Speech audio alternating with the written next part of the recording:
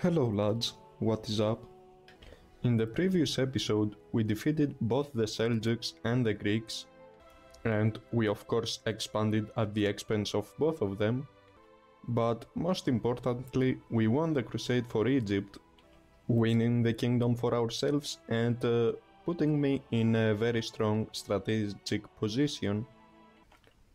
So for this episode I think that I will be continuing with my momentum and get the eastern portion of the Mediterranean under my control by taking away the Levantine coast away from the Fatimids and the Seljuks, and by also replacing the Greeks and establishing myself as the new Roman Empire.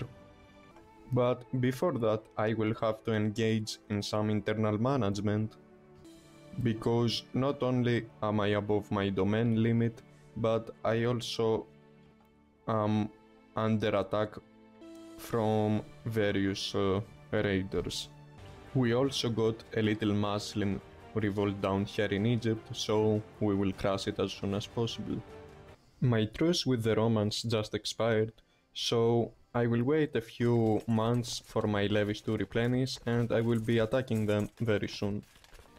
So yeah, I think this will be a fine spot for me to declare war on the Romans. I will also hire another 5,000 mercenaries to be on the safe side, so this should be pretty easy.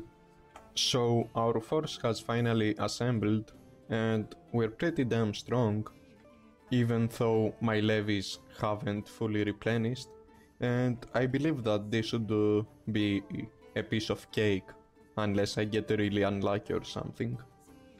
I am bleeding out money pretty fast though, so even with 10,000 on bank, I should still try to end this as soon as possible. The Greeks seem to be distracted with besieging my Anatolian holdings and they are not seeking battle, so as soon as I siege down the rest of their Athenian holdings, I should win this. And just like that, without any noteworthy incidents, we won, and now we own a solid portion of southern Greece. The Roman Emperor is also getting old, and that's good because if he dies soon, then I won't have to wait for our peace treaty to expire. That aside, I didn't get much value out of my mercenaries, even though they were expensive, and also seeing that the Knights Templar are available to be hired, I think that I will continue this by yet another war on the Fatimids, and a good thing about this is that they are Shia, which means that the Seljuks will not help them, since they are Sunni. So yeah, I will declare war for Ascalon and put my plan to connect Anatolia with Egypt into action. So that's my army right here, and they are purely mercenaries. I didn't even bother raising any levies, since I am pretty sure that this is enough to deal with the Fatimids. And also I kind of want my levies to replenish, and I want my vassals to calm down a little, since they are upset about raising their levies too long. Anyways, let's continue. That's weird. I was under the impression that if you declare a holy war that your holy orders become available for free. Is it because I am the attacker? I am not sure. So here are the Fatimids. They are being a little bit suicidal, but that's fine with me. And for some weird reason, right now only my professional mercenaries are taking part in the siege. My Knights Templar and the Knights of Santiago, my holy orders, they are not doing anything in this siege. I don't know why, I am not sure. Is this a bug? Because mere moments ago they were actually helping with the sieges, and I am still fighting a religious enemy, so I am not sure what's going on. Nonetheless, we won the war, so I guess in the end it's all fine. And just like that, we got almost 1/3 of the Levant coast under our control. Sadly, we couldn't get Jerusalem due to the arbitrary ducal borders that they have made, but that's fine. But what is really great though is that my truce with the Seljuk Sultan is going to end in less than 5 months, so I will not even bother dismissing my holy orders.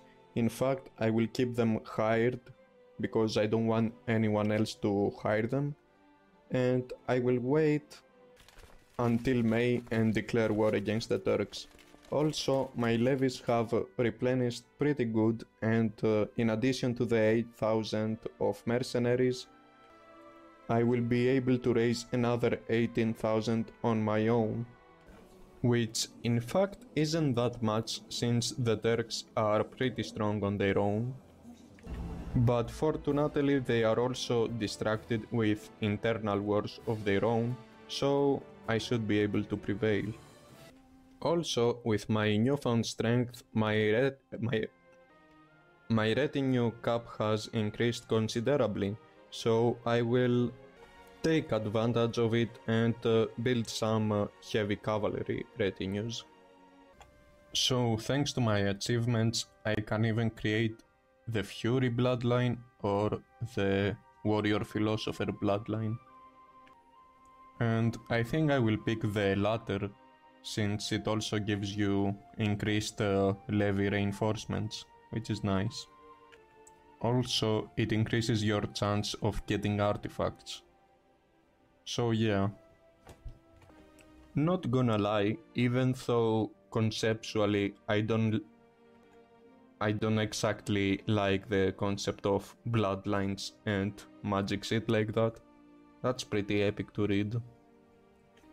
I genuinely feel like my character is a badass right now. So yeah, time for us to get Antioch. So here's our force, and I kind of wonder if I will be able to win this war just from occupation, just like with the Romans. We will see. Damn, that's a lot of prisoners. I have already lost over 7,000 troops just from the siege attrition alone, so I'm a little bit worried about potentially losing, since right now the Turks outnumber me. Of course I can always hire more mercenaries to bolster up my ranks, but you know, my money is not infinite. Eventually I will run out of it. And yeah, it really looks like I ended up winning without fighting a single battle. The Seljuk Sultan is surrendering to me. That's great.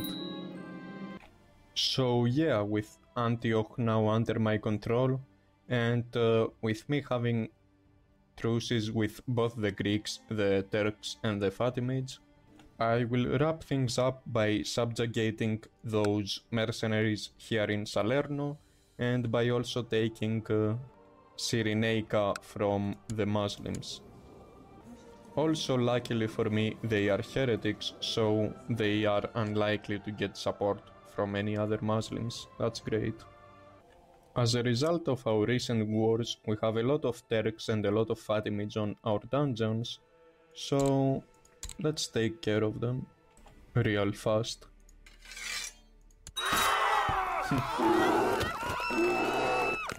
That's a shame. So, the Muslim Caliph himself declared war on me to press his weak claim on Colonia. That's a little bit random and also suicidal. How does he plan to beat me? Unless he can call other Muslims to join him? I am not sure. Because just by himself he has zero chance of ever beating me. Though it's pretty convenient because now my holy orders no longer cost any war. So yeah, apparently in order to get the discount, you must be the defender in a holy war and not the attacker. Also, it looks like those guys pulled the fast one on me and landed on Italy. I didn't even notice them. So it's fine, because it means that I won't have to siege another holding. I am one battle away from ending this war. Whoa, and we got another sea uprising. I mean, it's not really a threat, it's just annoying, to be honest. But I suppose that eventually they will all be converted and they will stop. So let's beat those guys first and be done with it.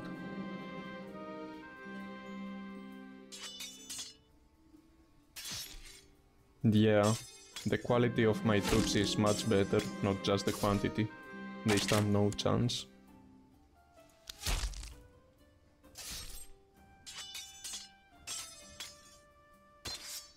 Great. So yeah, now my Egyptian borders look much nicer, with the exception of this Holy Roman enclave here. Also, my dungeons once again are full of Arabs, so let me take care of it. And yeah, I don't think those guys in Libya are too happy about what I just did. But you know, not my fault. And just as I was raising my Anatolian levies in order to deal with the Egyptian rebellion, I noticed that the Caliph's troops are already close to my borders. So once again I will have to ship my main army all the way to Asia. So we just completely stack wiped the Caliph's army, and I won't even bother attacking him any longer. I will just demobilize, since the war score will tick up on its own. So now that we dealt with all these interruptions, let's finally subjugate the Navarrese company. They are pretty strong, but I should still be able to take them on.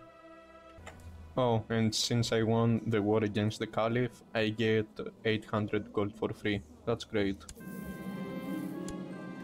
Yeah, they are getting annihilated. Oh, and luckily I captured their leader during the battle, so I won't even have to siege them down. That's great. So the Navarrese company right now is under the control of the Germans, so I can't raise them, but judging from these very low prices, I am almost sure that what I initially speculated, that vassalizing them would give me a discount, was correct. If those prices are correct, then they are dirt cheap. All that's left to see is if they will be under my exclusive control, since they were under the employment of the Germans since before the war started, so I can't know for sure. Nonetheless, once the German contract expires, I will hire them myself, and I will never disband them, since they will be dirt cheap, and I will keep them as a standing army together with my retinues. I think that would be the best thing to do with them. That aside, it appears that we can found a new empire from the decision tab, and I think that this will be a pretty decent way to wrap this episode up. And just like that, we are currently known as the Norman Empire. Not gonna lie, that's pretty satisfying. And with all my Catholic vassals proselytizing their lands independently of me, some patches of land in Egypt are already Catholic, which is great. I also noticed something pretty great. It appears that since I am now an empire, I can use great conquests which is great actually. It means that I can get entire kingdoms out of each war instead of settling for mere duchies, and I can use this against both the Greeks and the Turks, I think. Yeah. So yeah, as you can guess, on the next episode you are going to witness some pretty radical territorial changes. Oh, that's a nice portrait for a 50-year-old. Anyways, that's going to be it for this episode. With the proclamation of the Norman Empire, I am going to end this here for now. And I will probably be uploading a little bit more regularly from now on until the end of this campaign.